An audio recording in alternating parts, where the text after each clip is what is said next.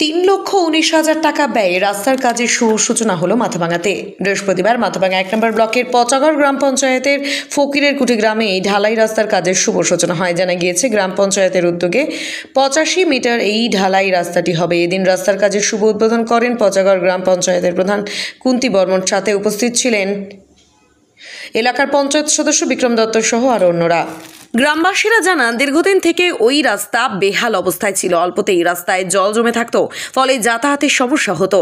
রাস্তা ঢালাই হওয়ায় খুশি গ্রামবাসীরা। প্রধান জানান, গ্রাম পঞ্চায়েতের উদ্যোগে ৩,১৯,০০০ টাকা ব্যয়ে ৮৫ মিটার ঢালাই রাস্তাটি করা হচ্ছে। এতে এলাকাবাসীরা উপকৃত হবেন।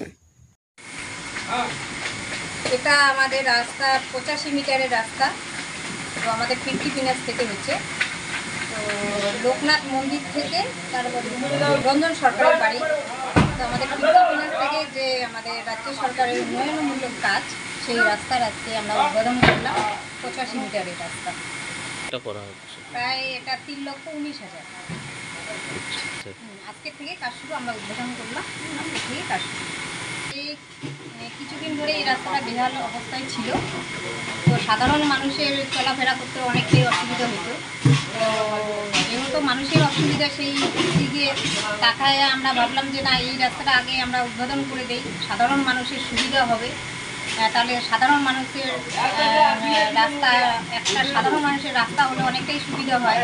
সেই দিক থেকেই আজকে আমাদের এই রাস্তাটা উদ্বোধন হলো। তো সামনে আমাদের আরও বিভিন্ন ঘুরে এরকম রাস্তা কাজ আমরা আবার নতুন করে চালু করি। আপনার নাম কি? আমার নাম কুন্তি বর্মন, পচাগড় গ্রাম পঞ্চায়েতের